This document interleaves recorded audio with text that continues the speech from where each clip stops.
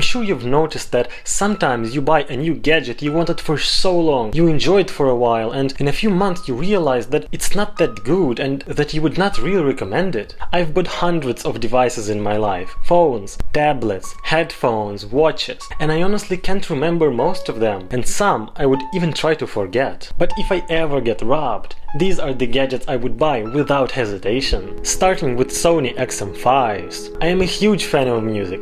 I can't live without it. Ever since I was a little kid, I loved music. My dad brought a bunch of rare cassettes from the US in the 90s, and I can't decide on one thing: Bohemian Rhapsody or Stairway to Heaven. Which is the best song ever made? Third option, Freebird. Leave the comments down below. So I've always had a thing for headphones. I had dozens of them. Wired, wireless, cheap, slightly less cheap. An MP3 player was one of the gifts I was consciously asking for when I was a kid. I spent my whole life wearing headphones. And all the time when I bought headphones, there were some compromises. They were either uncomfortable, or cable was breaking easily, or they were just bad. These are the opposite of that. They're perfect. Almost perfect. XM5s fit my head really well and are super light. I've never been much of an audiophile, so the sound quality for me was never a deciding factor. To be honest, I bought these because they're stylish. They just look great in this light, warm grayish color. The earpads get nasty though. Sorry that you have to see that.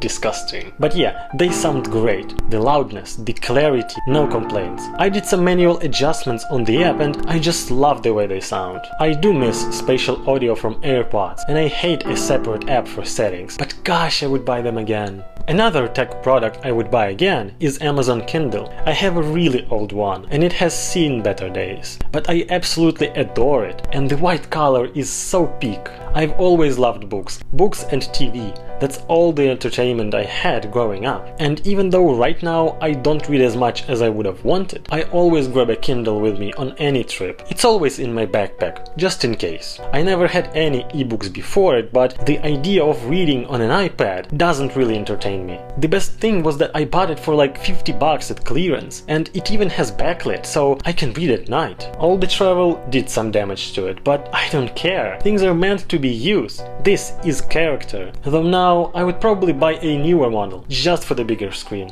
Another thing that you need to know about me is that I love watches. I've had them since I was a child and I feel naked without one. I probably shouldn't have said that in one sentence. But this Casio watch holds an extra special place in my heart, because it was actually a gift. I'll put a model number somewhere on the screen. I didn't buy it myself, but my little brother gifted it to me for my b-day. And I am a sentimental person. I get attached to things. Makes sense, right? Do you have any gifts like this? Simple, but mean a lot. Share them in the comments. If the channel grows, my bro will become my paid editor. Do it for him, not for me. The watch itself is very simple and basic. No bells and whistles. Just a watch that does look quite stylish. All the watch experts in the comments, tell me what you think about these ones. $50, what a steal! Usually I wear my Apple Watch to track workouts, calories and sleep, but Casio is my dress watch, and if I was getting robbed, I would rather lose my Apple Watch than Casio. Thank you for the gift, bro.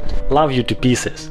I've had about 5 iPhones in my life, and this one is definitely the one I love the most. I had the 5C, the 7, the 10, the 13, but 15 Pro was and still is the best phone I ever had. It just has everything. I had it for a couple of years and it never let me down once. No lags, glitches, nothing broke or got scratched. I'm not gonna dwell much on it. You already know everything there is to know about specs and what it can do. I love it for the freedom. This phone finally gave me the freedom to create, to explore, to learn. Before it, shooting videos on iPhone was a bit amateurish. Now I shoot and log like a pro, though my editing and grading still kinda suck. And the cameras. I've always been a photographer at heart, framing the shots, picking an interesting spot, editing in post. No, I hate editing my photos. A good photographer should take good photos without editing. That's my motto. The best iPhone I ever had, and I would still get it over the newest ones every day of the week, though maybe the Pro Max model, just to spice things up. As you know, I've recently rekindled my love of gaming, all thanks to Nintendo Switch 2. It honestly changed my life. Before it, I was a Sony fanboy, hell-bent on playing only Sony. And now, I love Zelda. Guys, and Mario Odyssey is in my cart in eShop. How can I even explain what a Switch is to me? I made a whole video about it. Check it out, it's great. I'm proud of it. So show it some love. The Switch is like a father to me. It suddenly appeared in my life after being gone for years. Joking. He never found that milk. The Switch is like that toy you always wanted but never had. Am I the only one to walk past Lego Technic as a kid and getting a Chinese knockoff for Christmas? I still can't get Legos, so I should probably let go of that dream. But a portable gaming console? I have it, and I love it. I've had some ups and downs with it. It has things I adore and things I hate. Watch the full video for that. Right now I only need more games. More games at lower prices. Now, AirPods Pro. These were the first ever headphones that did everything for me. The sound, the ease of use, the features. I remember the first time I experienced noise cancelling. I was blown away, and all the doubts about spending $250 on headphones went away. Now these are 6 years old. I replaced them 3 times, and the case keeps frying the butts. They don't hold charge anymore and squeak when I lay on my side, but I would not trade them for anything else. And all those replacements? Those were quite funny. First, something started rumbling after a few months inside the earbud. Replaced. Then they stopped connecting to my phone. Another half a year later. Replaced. And then they started hissing randomly, distorting the music. Replaced again. The lesson is, wait for a few months before buying a new product. Like I'm doing now, waiting for a second or third wave of production. Soon I'm gonna put an order for the new AirPods Pro and relive the magic I once had. My whole family has AirPods Pro and no one ever complained. Great buy, would definitely do it again. We kinda are now in a weird territory, because you might not agree with my picks, but Osmo Mobile 3. I know it's not the newest one and it doesn't have all the cool features, but I bought it when I just started this channel. I was shooting on an iPhone 13 and needed some smooth flybys. And the iPhone 13 doesn't have action mode, so I got this. And it's been amazing. I still use it for shooting videos, even though the 15 Pro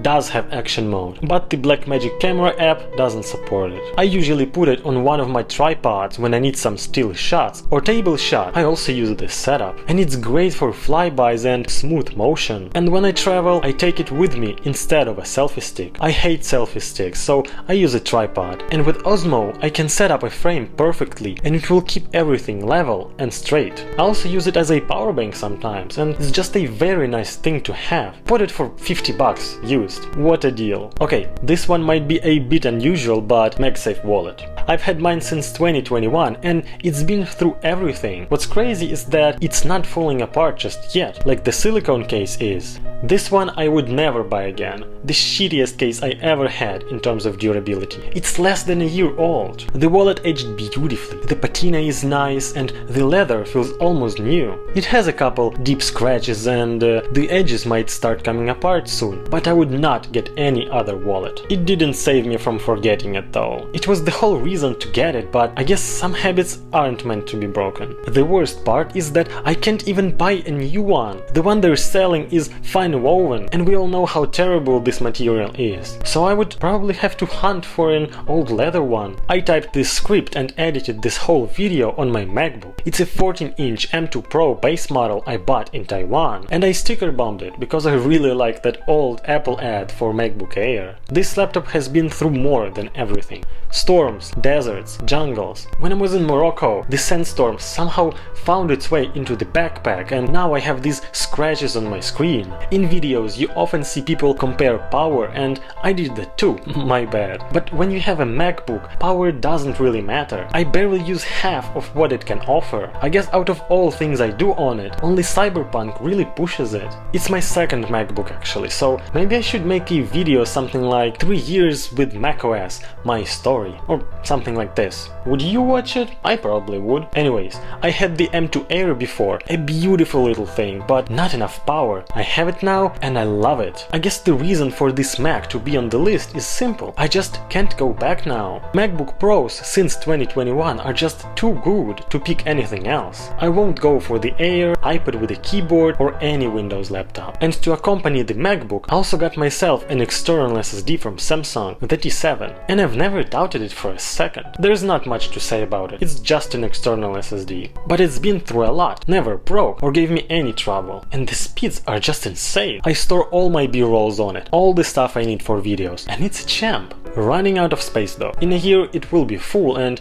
I'll have to get a new SSD, and I know which one I'll get. Another T7. Some people say that we shouldn't get attached to tech, that we should treat it as disposable. I resent that. Tech should mean something, store memories we hold dear and enable us to do great things. We don't buy stuff for the sake of it. There should always be a reason for a purchase, a purpose. And the stuff you buy should bring you joy. You'll make mistakes. You'll buy stuff you don't need or the stuff you don't like. But when you find something that's perfect for you, hold on to it and it will serve you well. I'm done talking about tech like it's just an object. It's personal to me, and if you want to see a personal side of tech in my life, subscribe to the channel and hit the like button, of course. Cheers!